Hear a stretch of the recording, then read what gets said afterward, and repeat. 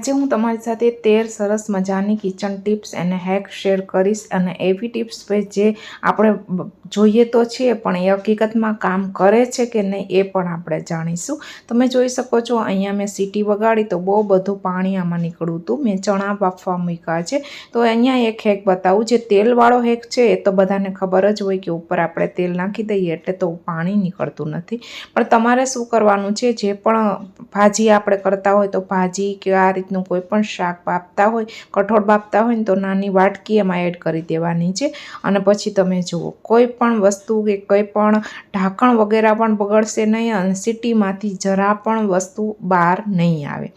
તેવી જ રીતે કોઈ પણ શાક કે દાળ કરતા હોય તો આપણે ક્યારેક ઢાંકણ નથી જોઈતું તો આપણે ઢાંકણ અહીંયા સાઈડમાં રાખી દેતા હોય કાઉન્ટર ટોપ ઉપર અને કાઉન્ટર ટોપ ખરાબ થઈ જતું હોય છે કેમ કે ઢાંકણમાં તેલ કે કોઈ પણ દાળ ચોટેલી હોય છે।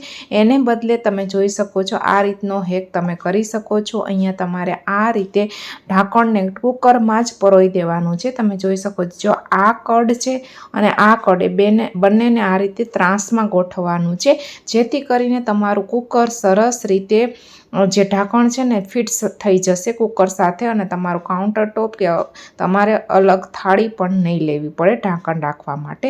તેવી જ રીતે આપણે બીચમાં ગયા હોય કે કંઈ ઉપરથી નીચેનો વિડીયો ઉતારવો હોય, બીચનો ઉતરવો કે ટ્રેનમાં કે બસમાં જતી વખતે આપણે વિડીયો કે ફોટા પાડતા હોય ને ત્યારે ક્યારેક આપણને ડર લાગે કે આપણો મોબાઈલ પડી ન જાય, એટલા માટે તમારે શું કરવાનું છે, આ રીતે રબર બેન્ડ લઈ અને આ રીતે બંને છેડાને જે કવર હોય ને જેનો કવરવાળો પાર્ટ ચાર્જર પોઈન્ટવાળો પાર્ટ જે આપ્યો હોય ને ત્યાંથી રબર બેન્ડને કવર સાથે ભરાઈ દેવાનું છે અને આ રીતે હાથમાં પરોઈ પછી મોબાઈલને હાથમાં લઈ અને તમે કોઈ પણ ફોટોશૂટ કે વિડીયોગ્રાફી કરી શકો છો જેથી કરીને ક્યારેય તમારો મોબાઈલ પડશે નહીં અને પડશે ને તો પણ તમારા હાથમાં લટકતો રહેશે કારણ કે આપણને ક્યારેક શું થાય કે પાણીવાળો થઈ જશે કે પડી થઈ જશે કે એવું બધું આપણને ડર રહેતો હોય છે।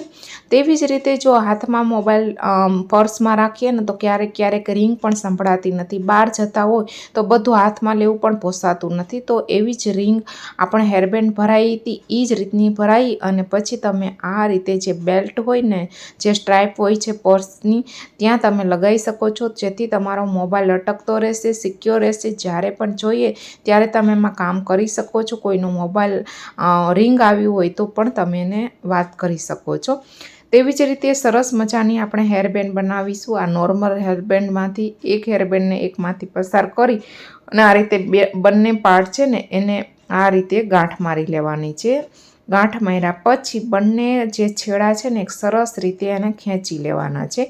ખેંચી લીધા પછી આ રીતનું બોજ એવું બની જશે તો એક સરસ મજાની જે છે ને એટ્રેક્ટિવ હેરબેન્ડ બનીને રેડી થઈ જશે। એકદમ ઇઝી હેક છે, નાના હેક બહુ બધા હોય છે જે તમને રેગ્યુલર બેઝમાં બહુ કામ આવે અને બહુ બધી પૈસા તો બચાવે પણ મહેનત પણ ઓછી લાગે। જે કામ ફેશનને લગતી હોય ટિપ્સ એન્ડ ટ્રીક કે પછી કિચનને લગતી હોય પણ એવી ઘણી ટિપ્સો હોય છે જે હકીકતમાં તમને બહાર દેખાય છે કામ કરતી નથી। અહીંયા એવી જ એક ટિપ્સ આપણે જોઈ લઈએ। અહીંયા મેં મીઠું દળેલું લીધું છે, ખાંડ દળેલી લીધી છે અને પછી આમાં પાણી આપણે એડ કરવાનું છે। એની પહેલાં ગઠ્ઠા જામેલા છે ને ગઠ્ઠાને સરસ રીતે આપણે તોડી અને બંનેને સરસ રીતે મિક્સ કરી લેવાનું છે અને પછી પાણી એડ કરવાથી શું થશે, જે તમને વિડીયોમાં ઉપર દેખાય છે એ રીતે આમાંથી જે છે ને બરફ જેવા કણીદાર દાણા નીકળે છે પણ એવું કશું જ થયું નથી, એનો મતલબ કે આ હેક કામ કરતો નથી। એવો જ આપણે બીજો હેક જોઈ લઈએ। અહીંયા આપણે લીંબુના 2 ફાડા કરી દીધા છે અને ફાડા કર્યા પછી અહીંયા શું કરવાનું છે, જે આપણે મોબાઈલનું ચાર્જર હોય ને એ જે પિનવાળો પાર્ટ હોય છે ને એને આમાં આપણે એડ કરી દેવાનો છે। તો આ રીતે આપણે એડ કરી દઈશું। આ રીતે એડ કર્યા પછી જે પિનવાળો પાર્ટ છે જેનાથી આપણે ચાર્જર કરીએ છીએ ને ચાર્જિંગ કરીએ છીએ ને એ ચાર્જિંગવાળી પિનને તમારે મોબાઈલમાં લગાવી દેવાની છે અને પછી જોવાનું છે કે ફોન તમારો લીંબુથી ચાર્જ થાય છે કે નહીં। કશો જ ચાર્જ થતો નથી, તમે જોઈ શકો છો। એનો મતલબ એ કે આ હેક કામ કરતો નથી। ફરીવાર મેં નાખીને ફરીવાર જોયું કે કંઈ મારાથી ભૂલ તો નથી થતી ને કે વિડીયો એવો હોય છે ને કે આપણને એમ થાય કે સાચો જ છે એ રીતે એડિટિંગ કરેલું હોય છે। તો આ હેક પણ ખોટો જ છે. તેવી જ રીતે તમે જોઈ શકો છો આ રીતના થોડા થોડા ભરેલા આપણી પાસે પોલિથીન બેગ હોય ને તો જો આપણે એમનેમ રાખીએ ને તો હવાઈ જતી હોય, અંદરની વસ્તુ બગડી જતી હોય છે. તો બસ એક આ સરસ, મેં તો બહુ બધા ઓલરેડી તમારી સાથે આ રીતે કેવી રીતે સિક્યોર કરવું એના બહુ બધા આઈડિયા બતાવેલા જ છે.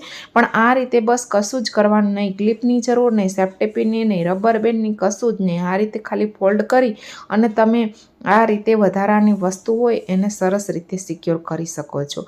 આવું બે બ્લેડવાળું પિલર ઘણાના ઘરમાં હોય છે. તો આપણે હંમેશા એક જ પિલરનો ઉપયોગ કરતા હોય છે. જે આપણે કોઈ પણને છાલ ઉતારવી હોય, ખાસ તौर પર જાડી છાલ ઉતારવી હોય ને ત્યારે આપણે આગળના પાર્ટનો યુઝ કરતા હોય આવી રીતે.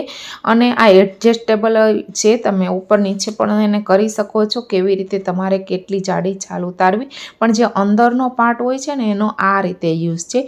જો કોઈ પણ એવી ડેલિકેટેડ વસ્તુ હોય જેની છાલ આપણે એકદમ પાતળી એવી કે છોલવાની જ હોય ને, એમાં કોઈ કાકડી હોય કે કોઈ ગાજર હોય કે કોઈ આવા આદુ હોય ને, એને ખમણવા માટે કે એની છાલ કાઢવા માટે તમે અંદરનો જે છે ને બ્લેડ એનો તમારે યુઝ કરવાનો હોય છે. હકીકતમાં આપણે એક જ બ્લેડનો જ યુઝ કરતા હોઈએ છીએ. તેવી જ રીતે આ રીતે પાણીની બોટલ હોય કે આવી રીતે તેલની બોટલ હોય ને, આ રીતનો પાર્ટ જે હેન્ડલવાળો હોય છે ને આવેલો હોય છે. તો હેન્ડલવાળા પાર્ટને આપણે થોડી તાકાત કરીશું ને એટલે સરસ રીતે નીકળી જશે. નીકળ્યા પછી તમારે આનો સરસ મજાનો યુઝ કરવાનો છે.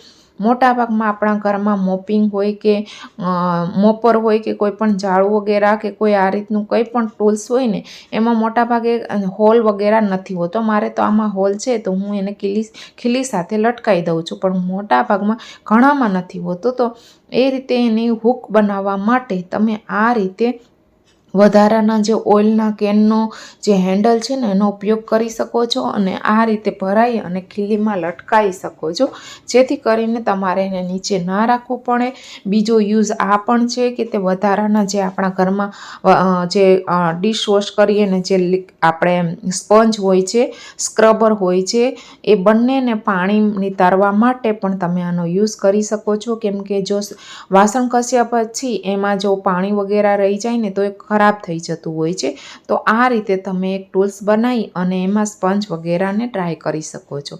તેવી જ રીતે હવે નેક્સ્ટ આપણો છે કે આપણે જો બહાર જઈએ તો કોઈના માટે જીન્સ લેવું હોય કે ખુદ આપણા માટે લેવું હોય પણ ટ્રાયલ રૂમ ના હોય, આપણે બહારથી લેતા હોય જે આપણે જે ટ્રાય ના કરી શકતા હોય, તો તમારે જીન્સની જે વેસ્ટની સાઈડ છે ને જે કમરની સાઈઝ એને આ રીતે માપવાની છે. જો આ રીતે ઓવરલોપ થતું હોય ને તો જીન્સ મોટું હોય. આ રીતે જો જીન્સમાં આટલું જ થતું હોય ને તો જીન્સની કમર નાની હોય. પણ સરખી રીતે જો એડજસ્ટ થઈ જતું હોય ને તો આ તમારા કમરની સાઈઝ બરાબર છે એમ માનવાનું. અને બીજી આ રીત છે, જે કમરનો ભાગ છે ને એમાં કોણીથી આંગળી સુધીનો ભાગ ફસાઈ દેવાનો છે. જો સરખી રીતે તમારી કોણી સરખી રીતે વળી જાય તો માનવાનું કે તમારે કમરની સાઈઝ સરખી છે. તેવી જ રીતે આ રીતે તમે એની હાઇટ માપી શકો છો. જો છાતીની ઉપરની સાઈડ તમારે લઈ અને બંને બાજુ પાયજાને ફેલાઈ દેવાના છે, જેથી કરીને એની હાઇટ આપણને માલુમ થઈ જાય. આ હવે જીન્સ મને મોટું થાય છે જુઓ. તો આ રીતે મેં અહીંયા નેકમાં લગાવ્યું અને જુઓ કેટલો ભાગ બચે છે. ઉપર ઓવરલેપ પણ થાય છે અને આની કમર પણ મને એકચ્યુઅલી મોટી જ થાય છે. એટલે હું તમને ફર્ક બતાવવા માંગુ છું. અને આમાં પણ જુઓ આખો કોણી આમાં કેટલો ભાગ વધે છે જુઓ. તો આ રીતે તમે જો બહાર ગયા હોય અને તમારે જીન્સ લેવું હોય, તમે ટ્રાય ના કરી શકતા હોય કે કોઈ પણ બીજા માટે લેવું હોય તો આ રીતે લઈ શકો છો. ને આમાંય જુઓ આમાં પણ એની જે હાઇટ છે ને એ પણ જાજી છે. અને આ પાછળ હાથ લઈ જાઉં છું ને તોય આ જીન્સ છે એ પૂરું જે છે ફેલાતું નથી. તો બસ એ જ હતું. હવે આગળ તમે જોઈએ કે એને ફોલ્ડ કેવી રીતે કરવાનું, કે આવી રીતે જેવી રીતે વિડીયોમાં દેખાય છે એ રીતે તમે ફોલ્ડ કરશો ને તો પણ તમે જીન્સ કે કોઈ પણ બાજુની વસ્તુ પણ ટચ કરશો ને તો પણ તમારું જીન્સ છે ને હેંગરમાંથી નહીં નીકળે. ક્યારેક શું થાય કે હેંગર ટાંગેલું હોય જીન્સનું અને આપણે બીજી વસ્તુ લેવા જઈએ ને તો હેંગર નીચેથી જીન્સ નીચેથી પડી જતું હોય છે. એવું સાડીમાં પણ થતું હોય છે. તો બહુ બધા મેં ઓલરેડી આઈડિયા આપેલા જ છે.